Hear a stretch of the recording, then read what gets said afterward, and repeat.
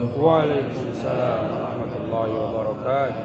الحمد لله رب العالمين وبه نستعين على أمور الدنيا والدين والصلاة والسلام على أشرف المرسلين سيدنا ومولانا محمد الله صل وعلى عليه. آله وأصحابه أجمعين.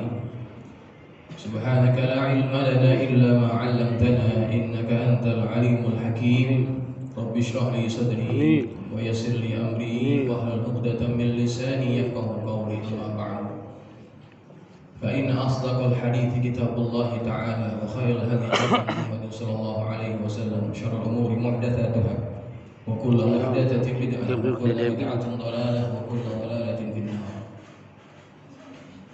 Ma'asyiral hadirin jamaah salat subuh Masjid Jami Al-Aliyah yang dirahmati Allah, bil khusus guru kita Dewan Pembina Mushola Al-Aliyah Masjid Al-Aliyah Habibatul Mahbub Al-Habib Abdullah Al-Attas mata'ana Allah bituhi wa nafa'ana bi ulumihi.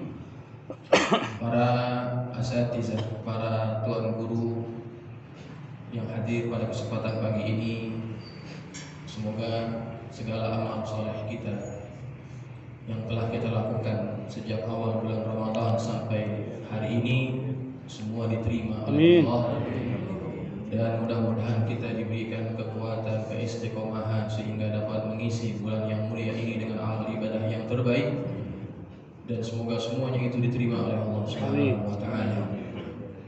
Pada kesempatan pagi ini memang sengaja saya meminta izin untuk kita buka kitab, untuk kita menggali lebih dalam hadis-hadis baginda Rasulullah SAW terkait dengan ibadah puasa. Mudah-mudahan dengan kita gali lebih dalam hadis Nabi, kita lebih dapat mengupgrade, menyempurnakan ibadah puasa kita sesuai dengan standar yang ditetapkan oleh baginda Rasulullah. Nah, kitab yang akan kita bahas adalah Sahihul Bukhari. Insyaallah kitab ini adalah kitab yang barakah. Mudah-mudahan keberkahan daripada pengarangnya juga kembali kepada kita yang mengikuti kajian pada pagi hari ini. Bismillahirrahmanirrahim. Qala Syekhul Musannif rahimahullahu taala wa ghafara lahu wa liwalidayhi wa limasyayikhihi wa nafa'ana bihi wa bi'ulumihi wa bikum fid dharain amin. Wa bihi qala hadatsana Abdullah bin Maslamah an Malik an Abi Zinad an al-A'raj an Abi Hurairah radhiyallahu anhu anna Rasulullah sallallahu alaihi wasallam qala as-siyamu junnatun fala yarfuth wa la yajhal wa in imru'un qatalahu aw syatamahu falyaqul inni sha'im marratayn walladhi nafsi biyadihi la khulufu famis sha'imi atyabu indallahi ta'ala min rihil miski yatruku ta'amahu wa syarabahu wa syahwatahu min ajli as-siyamu li wa ana ajzi bihi wal hasanatu bi asyri amthaliha. Telah berkata kepada kami Abdullah bin Maslamah dari Malik, dari Abi Zinad, dari Al-A'raj, dari Abi Hurairah radhiyallahu anhu bahwa Rasulullah SAW bersabda, as-siyamu jannatun, puasa itu adalah benteng, puasa itu adalah perisai. Baik, sebelum kita masuk kepada matan hadis, saya ingin sedikit membahas tentang perawi hadis ini, yang mana Al-Imam Al-Bukhari mengambil hadis daripadanya, yaitu Al-Imam Abdullah bin Maslamah Al-Qa'nabi. Beliau ini adalah murid yang dianggap murid yang paling thiqah daripada Al-Imam Malik bin Anas. Makanya Imam Al-Bukhari mengambil riwayat daripadanya. Abdullah bin Maslamah Al-Qa'nabi. Beliau ini memiliki masa lalu yang tidak baik sebetulnya. Tukang mabok. Dia kalau mabok pakai nabi. Perahan apa? Anggur. Bukan kayak miring. Miring itu anggur murahan. Bir murahan. Yang dia minum ini anggur jenis mahal. Waktu itu dia berada di Irak. Sewaktu dia lagi mabok, lagi megang minuman itu di depan rumahnya, dia lagi nunggu kawan-kawannya datang untuk mabuk sama-sama. Kemudian datang seseorang lewat di depan rumahnya, yaitu Al-Imam Syu'bah bin Al-Hajjaj, muhadits besar, ulama besar dalam bidang hadis. Syu'bah bin Al-Hajjaj, dia lewat di depan rumahnya Abdullah bin Maslamah Al-Qa'nabi. Kemudian murid-muridnya ngikutin daripada belakang. Dia heran, ini siapa orang diikutin sama oleh para pengikutnya dengan begitu banyak. Kemudian ditanya salah seorang daripada mereka, ini siapa? Ini adalah Syu'bah bin Al-Hajjaj. Siapa dia? Muhadis. Kamu nggak tahu siapa dia? Kebangetan banget. Ini orang-orang besar, masa nggak kenal sama dia? Kemudian Abdullah bin Maslamah Al-Qa'nabi, dia penasaran kenapa orang ini punya magnet yang begitu kuat sehingga orang sanggup mengikuti dia. Dia datang ke tempatnya Syu'bah bin Al-Hajjaj. Kemudian dia berkata, wahai Tuhan, ceritakan kepada saya satu hadis. Syu'bah bin Al-Hajjaj ini adalah orang yang enggak mau sembarangan ceritakan hadis. Kalau dia bukan ahli hadis, bukan penuntut ilmu hadis, penuntut hadis, dia enggak akan mau cerita. Sangat selektif dalam meriwayat hadis. Enggak mau tadinya, saya enggak mau. Kamu bukan ahli hadis. Oleh Abdullah bin Maslamah diambil pisaunya. Namanya preman ya kan. Diambil pisaunya, dihunuskan. Ceritakan kepada saya satu hadis atau tidak, saya cederakan Anda. Begitu. Ini preman-preman luar biasa. Yang dicari bukan duit, yang dicari hadis. Ceritakan. Langsung disebut oleh beliau, haddatsani Abdul Razzaq an Rib'i an Abi Mas'ud Al-Ansari. Qala Nabi sallallahu alaihi wasallam, kata dia, "Idza lam tastahi fasna' ma syi'ta." Itu aja. Idza lam tastahi fasna' ma syi'ta. Dari Rasulullah sallallahu alaihi wasallam, apabila kamu tidak malu, kerjakanlah apa yang kamu mau. Itu doang hadisnya. Tapi sesuai dengan perangai dia ini. Lihat, kalau ulama hadis yang ikhlas, dia ucapkan satu hadis masuk langsung ke hatinya. Idza lam tastahi fasna' ma syi'ta. Kalau enggak tahu malu, kerjakan apa saja. Waktu itu hadis yang disampaikan ini betul-betul masuk ke dalam hatinya Syu'bah Abdullah bin Maslamah Al-Qa'nabi. Sehingga dia pulang ke rumahnya, ditumpahkan semua botol minuman keras. Tidak ada satupun yang tersisa. Dia ngomong sama ibunya, "Ya Ummah, nanti kalau kawan-kawan saya datang suruh masuk ke dalam, suruh makan. Katakan apa yang telah saya lakukan kepada semua botol minuman ini." Walhasil, hanya dengan mendengar satu hadis, orang ini jadi baik. Coba. Mendengar satu hadis dengan niat yang ikhlas, memang pengen dengar hadis, orang ini jadi baik. Kemudian setelah itu Abdullah bin Maslamah Al-Qa'nabi dia pergi ke Madinah karena memang asalnya dia orang Madinah. Kemudian dia hijrah ke Basrah. Dia belajar dengan Al-Imam Malik bin Anas, Al-Imam Darul Hijrah. Datang ke sana belajar hadis, mulazamah dengan beliau. Berapa lama? Enggak lama, cuma 30 tahun. 30 tahun belajar hadis dengan siapa? Al-Imam Malik bin Anas. Jadilah dia ulama hadis yang cukup hebat, sehingga dianggap sebagai orang yang riwayatnya paling thiqah di antara murid-muridnya Al-Imam Malik. Ini orang datang ke Basrah pengen ketemu lagi dengan Imam Syu'bah bin Al-Hajjaj, tapi beliau sudah meninggal dunia, nggak sempat belajar hadis dengan beliau. Cuma dia dapat satu hadis itu yang dia minta sambil nodongin pisau. Itu hadis berubah dia menjadi orang baik. Ini kelebihan kalau kita belajar hadis ya mas sekalian. Kalau niat kita ikhlas, insya Allah hadis yang kita baca menjadi hadis yang membawa hidayah kepada kita. Amin. Akan membuat kita jadi orang yang lebih baik lagi. Amin. Ini kelebihan yang kita dapat ceritanya itu daripada orang hadis ini. Abdullah bin Maslamah Al-Qa'nabi. Nah, jamaah yang dirahmati Allah, jadi dari cerita tadi kita ambil pelajaran. Orang itu nggak dilihat dari masa lalunya. Ya. Ini orang masa lalunya siapa? Berandalan, tukang mabuk, preman. Tapi ketika dia berubah, dia betul-betul belajar dengan intens sehingga dia jadi ulama hadis mulia dia. Jadi akhir hidup seseorang tidak dilihat daripada masa lalu, tapi pada bagaimana dia mengakhiri hidupnya itu. Baik, itu tentang Abdullah bin Maslamah Al-Qa'nabi. Nah, oleh Al-Imam Malik hadis yang panjang ini sebetulnya dibagi dua riwayat. Ada dua riwayat yang beliau sebutkan dalam Al-Muwatta. Hadis yang pertama yaitu dari As-Siyamu Junnatun sampai perkataan Nabi inni shaim. Kemudian satu hadis lagi wallazi nafsi biyadihi la khuluqu mis-shaimi atyabu indallah, itu hadis yang berikutnya.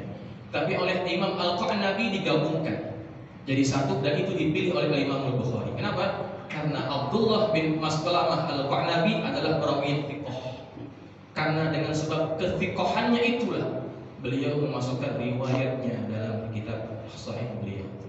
Nih, tentang Abdullah bin Maslamah Al-Qa'nabi. Kemudian jamaah yang dirahmati Allah, apa yang diriwayatkan oleh Abu Hurairah daripada Rasulullah SAW? As-siyamu junnatun, puasa itu adalah perisai, puasa itu adalah benteng. Dalam riwayat yang lain disebutkan as-siyamu junnatun ka junnati ahadikum minal qital. Puasa itu adalah seperti perisai yang menjaga kita, melindungi kita ketika kita perang. Dalam riwayat yang lain, junnatun wa hisnun hasin minan nar. Puasa itu sebagai perisai, benteng yang kokoh yang menyelamatkan kita, melindungi kita daripada api neraka Allah. Nah, jadi fungsi puasa itu sangat luar biasa. Kenapa? Karena bisa melindungi seseorang daripada azab nerakanya Allah Subhanahu wa ta'ala. Kenapa dia bisa jadi pelindung daripada neraka? Karena ketika orang berpuasa, dia menahan hawa nafsunya, dia menahan syahwatnya, dan syahwat inilah yang banyak menjerumuskan orang masuk ke dalam neraka. Huffatin naru bisyahawat. Neraka itu diliputi, dikelilingi oleh perkara-perkara yang disukai oleh syahwat kita. Maka ketika orang berpuasa, orang tersebut diminta untuk menjaga syahwatnya, sehingga ketika dia bisa menjaga syahwatnya, berarti dia bisa menyelamatkan dirinya daripada api nerakanya Allah Subhanahu wa ta'ala. Ini fungsi ibadah puasa. Makanya sebagian ulama mengatakan puasa itu lebih hebat daripada sholat. Sebagian ulama lagi mengatakan sholat lebih hebat daripada puasa. Ulama yang mengatakan puasa lebih hebat daripada sholat karena berdasarkan hadis ini, puasa bisa melindungi orang dari api neraka. Sedangkan sholat nggak ada hadis yang seperti itu kan? Puasa ada, begitu kata Ibnu Abdul Bar mengatakan begitu. Puasa lebih hebat daripada sholat. Kemudian ada riwayat yang lain daripada Abi Umamah. Dia berkata, "Qultu ya Rasulullah, murni akhudhu anka." Ya Rasulullah, perintahkan kepada aku satu perkara yang aku akan pegang perkara itu. Qala, kata Rasulullah, "Alaika bis-siyam, alaika bis-shaum, fa innahu la mithlalah." Hendaklah kamu berpuasa karena tidak ada amalan yang sepertinya. Coba. Jadi hadis ini lagi menegaskan bahwa puasa punya kelebihan dibandingkan ibadah yang lain. Karena Nabi apa? La mithlalahu, tidak ada yang seumpama dengan ibadah puasa. Nabi yang mengatakan begitu, maka sebahagian ulama mengatakan puasa itu lebih utama daripada sholat. Tetapi walaupun begitu, jumhur ulama mengatakan sholat lebih utama daripada puasa. Ala kulli hal adalah amalan yang luar biasa. Nah, akan tetapi jemaah yang dirahmati Allah, benteng ini bisa bocor, benteng ini bisa pecah kalau kita tidak menepati syarat dan ketentuannya. Ada syarat dan ketentuan yang Nabi standarkan sehingga seseorang itu bisa mendapatkan pahala yang bersifat sebagai pelindung perisai. Maka dari itu pada lanjutan hadis tersebut Nabi mengatakan, "Fala yarfuth wa la yajhal." Maka ketika dia berpuasa janganlah berkata-kata yang rafath. Rafath ini adalah kata-kata kotor yang menjurus kepada perzinahan. Rafath. Wa la yajhal. Apa yajhal? Jangan berbuat bodoh. Maksudnya apa? Segala perkara-perkara yang dilakukan oleh orang-orang bodoh yang tidak mengerti agama, maka jangan dilakukan. Ya. Di antaranya apa? Di antaranya qasyah, seperti berteriak, lagi ngomong, berdebat, dia teriak. Itu termasuk perkara orang bodoh, kata para ulama hadis. Maka ketika orang puasa itu betul-betul harus bisa nahan. Harus betul-betul bisa nahan. Ya, jangan sampai terpancing hawa nafsunya sehingga bisa merosakkan fungsi puasa sebagai apa? Sebagai perisai baginya. Nah, ini kita bisa ambil contoh ya jemaah sekalian. Tanggal 11 kemarin kita kan ada apa itu? Demo. Ada demo besar-besaran. Kita setuju atau tidak dengan demo itu? Setuju ya.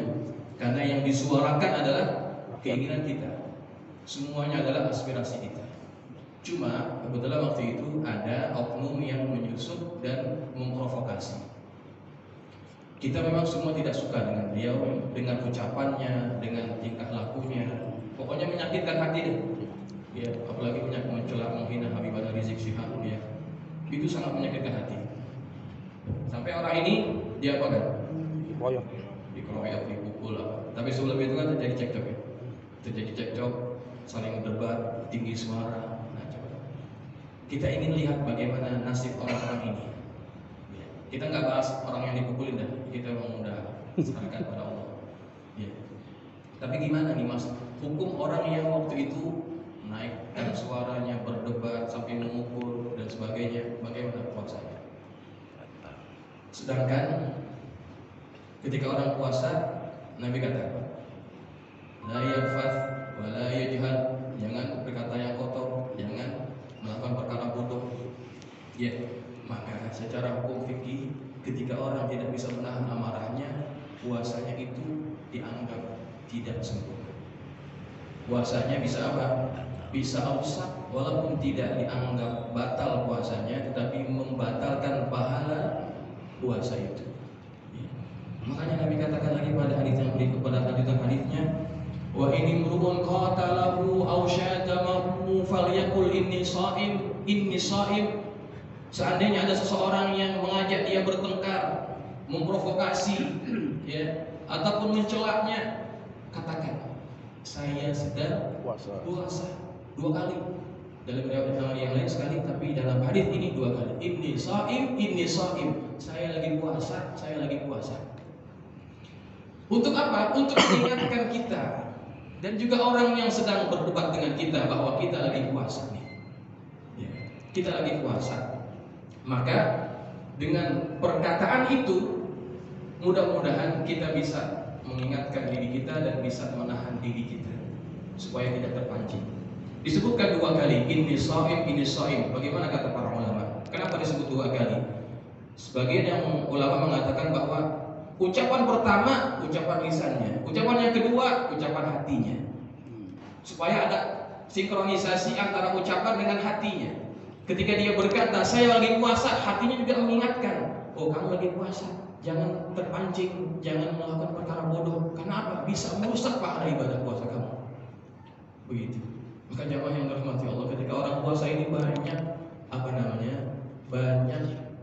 syarat-syarat yang perlu dipenuhi kalau kita ingin dapatkan puasa yang sesuai standar Rasulullah. Apapun perkara yang memancing amarah kita, jangan layanin, gitu ya. Baik itu kawan kita, tetangga kita, bos kita, majikan kita, bawahan kita, istri kita, anak kita. Kalau kita dalam keadaan puasa, mereka buat kita marah, tahan. Ketika seseorang tidak bisa menahan amarahnya itu, syahwatnya itu, kemudian dia luahkan itu kepadanya, maka pada waktu itu dia sudah terbatal daripada syarat dan ketentuan yang Nabi sudah katakan. Seperti Nabi katakan apa? Fala yarfuth wala yajhal. Jangan kata yang kotor, jangan buat bodoh. tinggi suara saja kata para ulama hadis, siah dia berteriak, ya kan? Itu orang sudah dianggap merusak. Tidak lagi berfungsi sebagai junnah itu puasanya. Tuh hati-hati. Jadi memang betul-betul ketat ya. Syarat untuk dapat puasa yang sempurna itu memang kita harus bisa kontrol emosi kita. Ya. Bahkan disebutkan oleh para ulama, kalau kita lagi marah, kan biasanya orang marah diri atau duduk? Diri. Ya. Kita lagi pengen marah nih, kita lagi sudah mau naik tensi gitu. Marah. Maka kata para ulama, duduk. Kenapa? Karena taghyirul halah, mengubah keadaan itu bisa menekan, mereduce sedikit kita punya emosi. Ya. Biasanya kalau orang begitu ya. Orang kalau tadi duduk kemudian marah biasanya ngapain? Diri. Maka kita sebaliknya, kalau kita lagi pengen marah, kita duduk sehingga itu bisa meredam kita punya amarah. Dan ini ilmiah jamaah sekalian. Ketika orang marah itu tensinya naik. Ya. Degup jantungnya lebih apa? Lebih cepat. Nah, kalau kita tensi ke klinik atau ke dokter, misalkan kita dari rumah mau ke klinik, kita mau mengukur tensi, kita baru sampai kita langsung mengukur, biasanya itu agak tinggi, betul nggak? Betul. Maka apa kata dokter? Pak, istirahat sebentar, 2 menit, 3 menit, baru kita tensi lagi ya. Setelah istirahat 3 menit, ditensi lagi, turun nggak? Turun. Kenapa? Ketika dalam keadaan duduk, maka itu lebih bisa menenangkan diri kita. Apalagi dalam keadaan tiduran, memang tenang. Tapi nggak ada tuh orang lagi marah disuruh tidur. Nggak ada kan? Lagi marah disuruh tidur kan? Nggak mau, itu jarang yang malahan yang duduk jadi diri. Nah itu cara untuk mengontrol kita punya emosi. Ya. Nah, yang dirahmati Allah. Jadi puasa itu sangat ketat ya, syarat dan ketentuannya kalau kita ingin mendapatkan pahala yang sempurna. Kemudian bahkan Al-Imam Al-Auza'i ini salah seorang imam mazhab ya. Cuma kebetulan beliau ini tidak punya murid yang melestarikan metode ijtihadnya, sehingga tidak bisa lestari, tidak sampai kepada kita mazhabnya Imam Al-Auza'i. Tapi beliau ini alim luar biasa. Beliau mengatakan, dia ambil perkataan ini, kesimpulan hukum ini daripada Sayyidatuna Aisyah. Innal ghibata tuftiru as-sha'im wa tujibu 'alaihi qada'u dzalika al-yawm. Sesungguhnya ghibah, ngomongin orang, itu bisa membatalkan puasa seseorang dan dia wajib mengqadha puasa pada hari itu, puasa di mana dia melakukan ghibah. Ini kata siapa? Imam Al-Auza'i. Orang kalau ada yang ngomongin orang itu bisa membatalkan puasanya, bukan membatalkan pahalanya saja. Ketika dia ghibah, kata Imam Al-Auza'i, dia wajib qadha itu. Luar biasa. Ya. Tapi kalau mazhab Syafi'i, yang membatalkan puasa apa? Makan, minum, kemudian hubungan, ya, itu bisa membatalkan puasa kita. Sedangkan yang lain, ghibah, bohong, itu tidak membatalkan puasa, tetapi membatalkan pahalanya. Ya. Tetapi harus ingat, buat apa kita puasa capek-capek? Laisa lahu min siyamihi illa al-ju' wal 'athas. Yang kita dapat nggak ada, kosong. Yang kita dapat hanya lapar dan haus. Kenapa? Ketika kita puasa tidak menepati syarat dan ketentuan daripada Rasulullah SAW. Maka jamaah yang dirahmati Allah, ini harus kita penuhi supaya kualitas puasa kita lebih baik lagi. Ya, tahan diri kita, jangan sampai terpengaruh deh. Ya, apapun yang orang ingin proposal kepada kita, katakan ini shaim, gitu ya. Tapi pakai bahasa Indonesia aja. Ya, kalau pakai bahasa Arab, orang nggak paham. Ini shaim. Yang kita mau ajak ngomong ini shaimah namanya. Ana shaimah. Ini orang shaim. Pakai bahasa Indonesia apa? Selagi puasa, sama saja.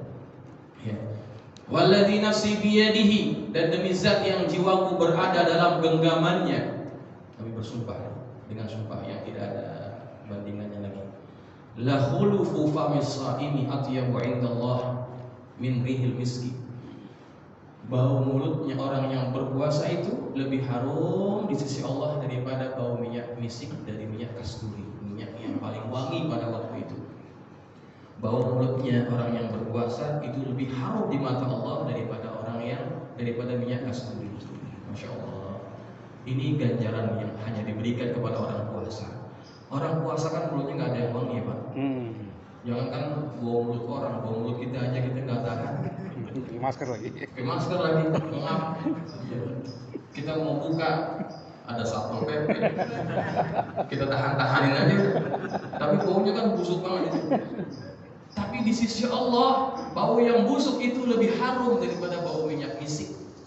Tuh, kenapa? Karena Allah sedang mencintainya. Ketika Allah mencintai seseorang, maka yang buruk di mata manusia baik di mata Allah. Ya. Orang kalau sudah demen, sudah cinta, sudah kadang cinta, yang menurut orang buruk kita anggap apa? Baik. Karena cinta itu membutakan. Cinta itu membutakan. Maka Allah sangat mencintai bau mulut orang yang berpuasa. Dalam riwayat yang sahih, Nabi Allah Musa alaihissalam ketika dia akan mendapatkan Taurat, dia akan menunggu selama 30 hari. Dalam keadaan menunggu itu dia puasa. Dia berpuasa selama 30 hari. Setelah hampir selesai ibadah puasanya itu, Nabi Musa merasa tidak nyaman dengan bau mulutnya yang busuk. Ya, ini alami. Ini namanya proses alami. Namanya orang puasa pasti busuk. Dia merasa nggak nyaman dengan bau mulutnya itu. Kemudian diambil siwak, dibersihkan mulutnya. Hilang bau busuknya. Apa kata Jibril mendapatkan perintah daripada Allah? Wahai Jibril, katakan kepada Musa, tambahkan lagi puasanya jadi 10 hari. Kena berapa? 40 hari. Kenapa? Karena Allah kehilangan bau yang dicintainya. Bau apa? Bau mulut orang yang berpuasa. Maka Allah menginginkan untuk bau itu datang lagi pada mulutnya Nabi Musa. Disuruh puasa tambahin 10 hari. Karena bau itu dicintai oleh Allah Subhanahu wa taala. Tuh, Masya Allah. Jadi jamaah yang dirahmati Allah, bau mulut kita ini dibanggakan oleh Allah.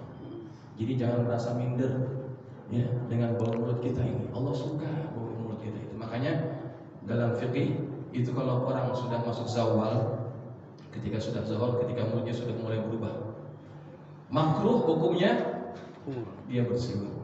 Makruh kenapa? Menghilangkan bau yang dicintai oleh Allah Subhanahu wa taala. Tuh. Tapi jangan suruh bini kita nyium bau mulut kita. Yang ya gitu. Mau nyium bau yang paling wangi enggak? Apaan Bang? Ini lebih wangi daripada bau minyak fisik. Apaan? Ini bau mulut Abang. Wah, ini nggak ada yang mau. Sebab ini manusia yang menganggap ini lebih harum adalah Allah Subhanahu wa taala. Kenapa Allah mencintai bau mulutnya orang yang berpuasa sampai bau mulutnya dicintai Allah? Yatruku ta'amahu wa syarabahu wa syahwatahu min ajri. Dia sanggup tinggalkan keinginan makannya, keinginan minumnya, keinginan syahwatnya karena Allah, karena mencari Allah Subhanahu wa taala. Makan dan minum dan syahwat itu keinginan terbesar dalam diri kita. Orang nggak punya duit kadang-kadang masih bisa nahan. Asal jangan nggak ada makanan, betul kan?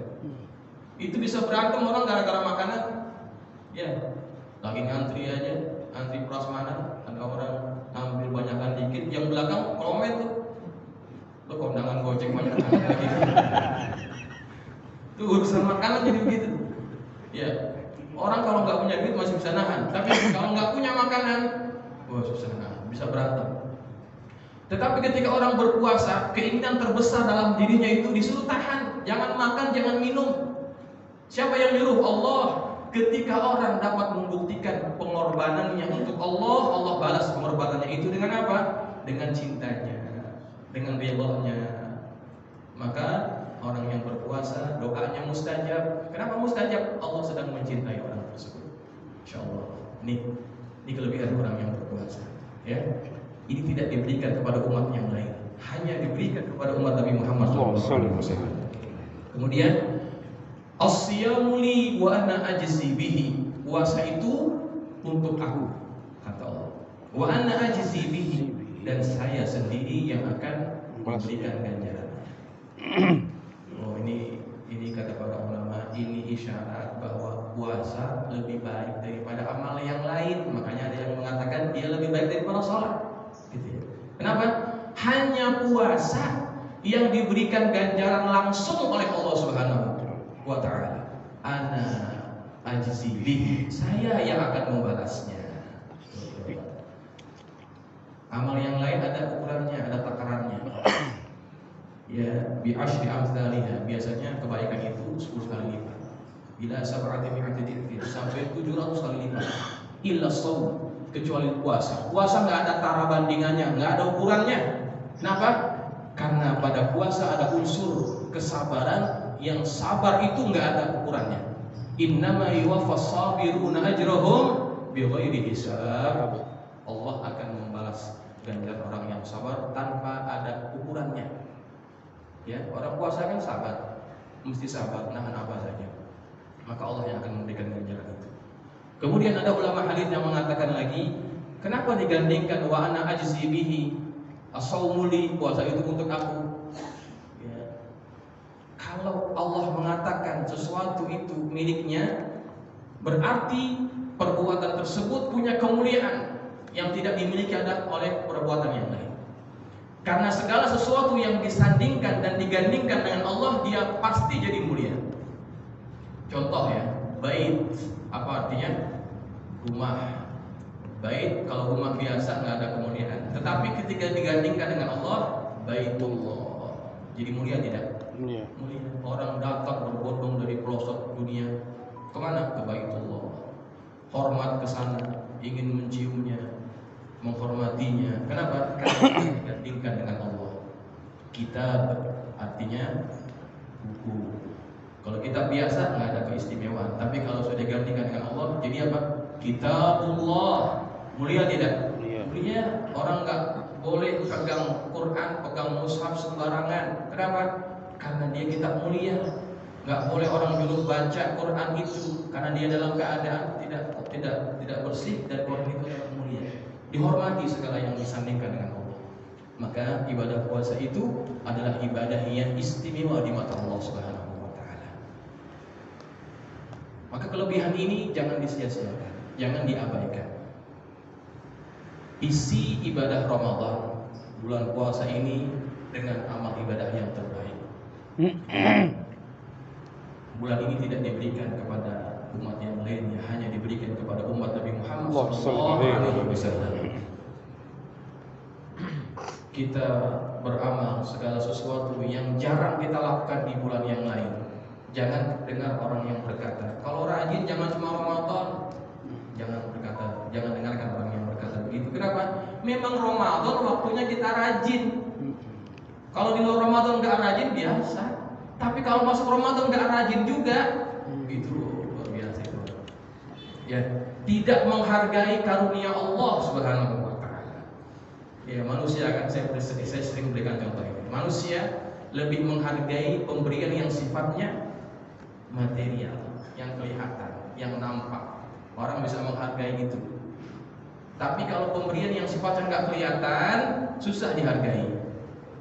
Seandainya nih, pengurus Masjid Al-Aliyah berkata, buat pengumuman, yang sholat jamaah di Masjid Al-Aliyah setiap pulang dikasih minyak seliter-seliter. Ini kira-kira masih penuh nggak nih? Penuh sampai kemana tuh? Penuh sampai kali ini. Kenapa?